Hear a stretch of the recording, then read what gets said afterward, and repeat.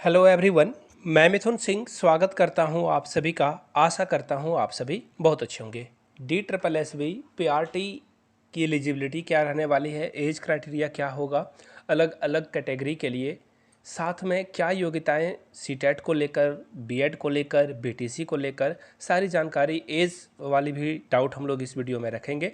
पूरी complete information मैं आपको इस वीडियो में दूंगा।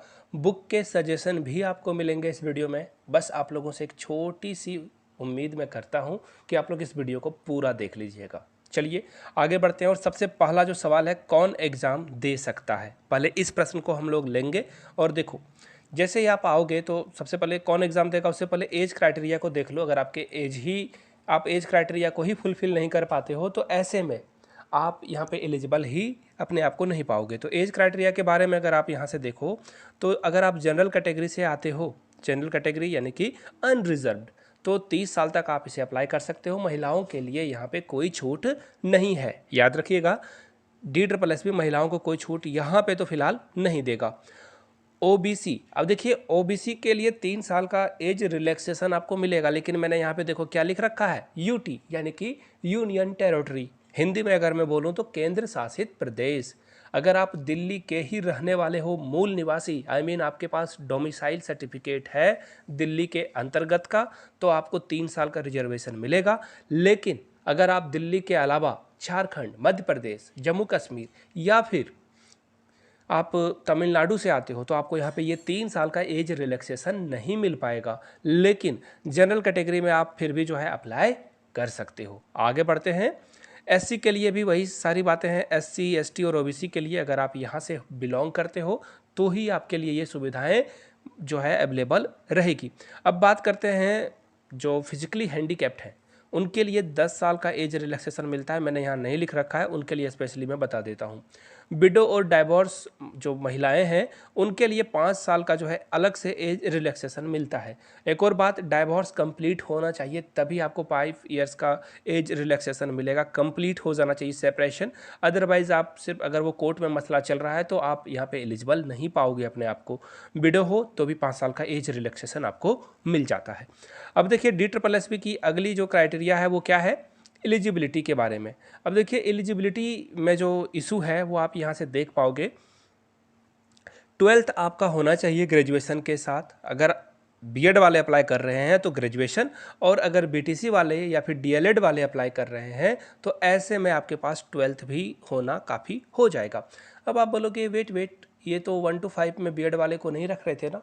देखिए मामला कोर्ट में है, सुप्रीम कोर्ट में है। सुप्रीम कोर्ट से कुछ भी रिजल्ट आएगा तो ऐसे में बीएड वाले को, देखिए इतना तो आप कंप्लीट समझो कि बीटीसी वाले को ये हटाएंगे नहीं, ठीक है। ये तो 12th और बीटीसी डीएलएड यहाँ पे सेफ़ है, बट ये बीएड और ग्रेजुएशन सेफ़ नहीं है। सुप्रीम कोर्ट का अगर ऑर्डर आता है, सुप्रीम कोर्ट अगर बोल देती है कि बीएड एलिजिबल नहीं है तो आप यहाँ पे डिस्क्वालीफाई हो जाओगे। तो ये बाद में इसको अपने नज़र में रखना, अपडेट रखना अपने आप को।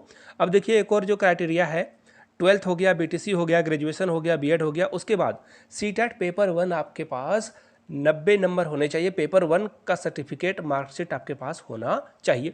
अब बोलोगे 90 नंबर, अगर मैं ओबीसी से हूँ तो 82 में मेरा काम नहीं चलेगा, एससी एसटी हूँ तो मेरा 82 में काम नहीं चलेगा।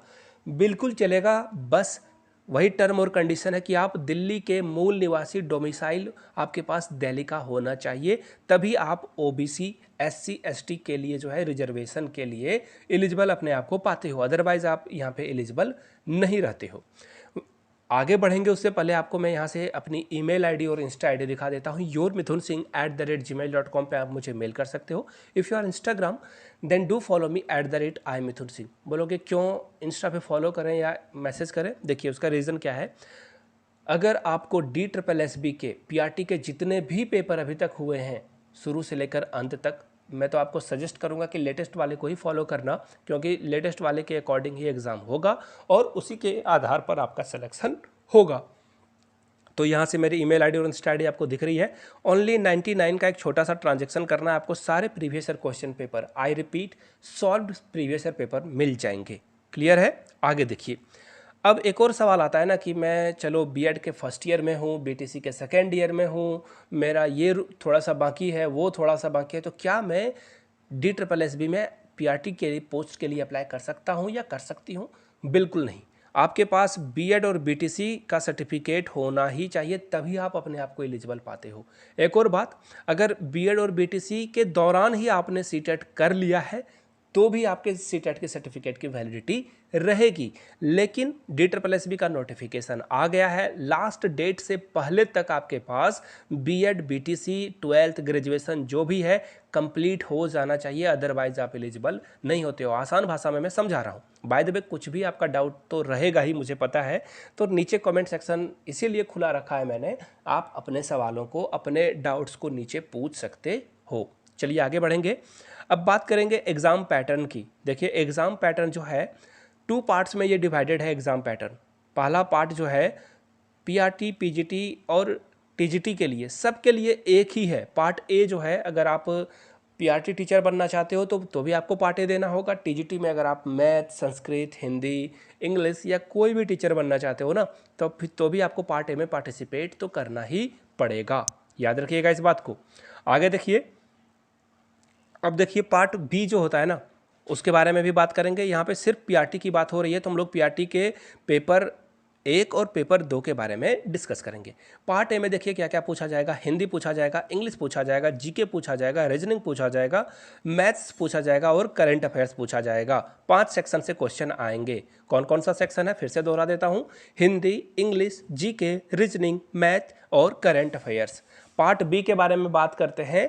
पार्ट बी में टीचिंग मेथोडोलॉजी, यानी कि आप ऐसा समझ लो सीडीपी, बाल विकास से 100 नंबरों का प्रश्न आपसे पूछ लिया जाएगा। तो कुल मिलाकर बात पार्ट ए में 100, पार्ट बी में 100। अब देखिए कुछ और बातें हैं मार्क डिस्ट्रीब्यूशन और क्वालिफाइंग के बारे में। ध्यान से समझने की कोशिश कीजिएगा मेरी बातों को। देखिए पार्ट ए में देखिए क्या क्या आपसे पूछ लिया जाएगा, यहाँ से आप देख सकते हो। पार्ट ए में इंग्लिश 20 मार्क्स का रहेगा, हिंदी भी 20, मैथ्स भी 20, रीजनिंग भी 20 और करंट अफेयर्स भी 20 मार्क्स का पूछा जाएगा। टोटल 100 प्रश्न पूछे जाएंगे आपसे और आपको एटलीस्ट 40 जो है सही होने चाहिए। आपके जो मार्क्स आने चाहिए वो 40 नंबर तो पार्ट ए में आना ही चाहिए, तभी आप के पार्ट बी को चेक किया जाएगा, अदरवाइज आप डिस्क्वालीफाई हो जाओगे। अब देखिए पार्ट बी के बारे में भी मार्क डिस्ट्रीब्यूशन को हम लोग देखें तो पार्ट बी में भी मैंने आपको बताया था कि जो सीडीपी के प्रश्न हैं, जो टीएम के प्रश्न है, टीचिंग मेथडोलॉजी के प्रश्न हैं, 100 प्रश्न में आपको 40 प्रश्न सही करना होगा। अब सबसे बड़ा यक्ष प्रश्न ये आता है आपके माइंड में कि नेगेटिव मार्किंग है क्या? जी हाँ, नेगेटिव मार्किंग है। यहाँ पर नेगेटिव मार्किंग स्कीम एप्लीकेबल होगा। यहाँ पे 0.25 मार्क्स नेगेटिव है। सपोज करता हूँ कि आयुष है या फिर आयुषी है जिसने 4 क्वेश्चन को गलत कर दिया और उसने 1 क्वेश्चन को सही किया, तो उसके नंबर बन जाएंगे 0। नहीं समझ में आया ना? आसान भाषा में समझाता हूँ। एक्चुअली अगर आपने 2 प्रश्न सही कर दिए तो आपके नंबर हो जाएंगे -1/2। समझ रहे हो? 0.5 जो है आप माइनस में चले जाओगे। समझ रहे हो मेरी बात को? अगर आपने 1 क्वेश्चन सही भी कर दिया तो भी आपके नंबर आधे ही रहेंगे, आधे नंबर आपके नेगेटिव में चले जाएंगे। तो ये था नेगेटिव मार्किंग स्कीम के बारे में। अब देखिए बात करते हैं बुक्स की, तो मेरा आप लोगों को सजेशन रहेगा, जीके पूछा जा रहा है ना, तो जीके के 1 लाइनर क्वेश्चन जो एनसीईआरटी के हैं, आपको 1 लाइनर फ्लिपकार्ट, अमेज़ॉन पे मिल जाएंगे। मैं लिंक डिस्क्रिप्शन में पूरी कोशिश करूंगा कि दे दूं। और करंट अफेयर्स के लिए आप हमारे चैनल को फॉलो करते रहिए। जब भी रिक्रूटमेंट आएगी, करंट अफेयर्स क्लास 1 से लेकर 6 महीने के जितने भी करंट अफेयर्स बनते हैं, I will provide you. Current affairs के बारे में हो गई। मैथ्स के बारे में देखिए मैं आपको बिल्कुल पिन पॉइंट सजेशन दूंगा। क्लास 8 कुछ भी पढ़ो ना पढ़ो, क्लास 8 के प्राइवेट स्कूल के जितने भी बुक आपके पास अवेलेबल हो पाते हैं वो जरूर पढ़ लेना। ऐसा क्यों? Profit loss, compound interest, simple interest, mensuration और भी 1000 तरह के जो प्रश्न है ना, आपको क्लास 8 में देखने को मिलेगा। 9th में भी मेंसुरेशन है, ट्रायंगल है, सर्कल है और 10th में भी है। लेकिन क्लास 8 का जो मैथ्स है या 7th का मैथ है, 8 का तो आपको हर हाल में करना ही करना है। 8 वाला बहुत इंपॉर्टेंट है। एनसीईआरटी भी पढ़ लेना है। एनसीईआरटी के बुक्स भी आप डाउनलोड कर सकते हो। मैं पूरी कोशिश करूंगा लिंक डिस्क्रिप्शन में आपको एनसीईआरटी बुक्स के दे दूं, क्लास 8, 9, 10 के, तो वहाँ से आप पढ़ सकते हो। सरोहा पब्लिकेशन की बुक आती है टीचिंग मेथडोलॉजी के लिए, अलग से डेडिकेटेड बुक है, वो आप परचेज कर सकते हो। और तो और प्रीवियस ईयर क्वेश्चन पेपर आप किसी भी पब्लिकेशन हाउस के खरीद सकते हो जिसमें एरर बहुत कम हो, वो आप ले सकते हो। जिससे आप अपने आप को प्रैक्टिस कर सकते हो। और मैंने जैसा पहले भी बताया है, आप प्रीवियस क्वेश्चन पेपर के PDF मुझसे परचेस कर सकते हो। yourmithunsingh@gmail.com पे आप मुझे मेल कर लीजिए। If you are Instagram then do follow me @imithunsingh। 99 में आपको ये सारे पेपर प्रोवाइड कर दिए जाएंगे। 99 मैंने कितने गंदा लिखा है। चलिए, ये सारी जानकारियाँ मैंने आपको दी। फिर भी कोई डाउट रहता है नीचे कमेंट सेक्शन में आप कमेंट कर सकते हैं, सवाल पूछ सकते हैं। वीडियो को यहाँ तक आपने देखा, इसके लिए आपका बहुत बहुत शुक्रिया। अपने दोस्तों, रिश्तेदारों, सहेलियों तक इस वीडियो को साझा करें, शेयर करें और वीडियो को लाइक करके चैनल को सब्सक्राइब जरूर कर दें। धन्यवाद।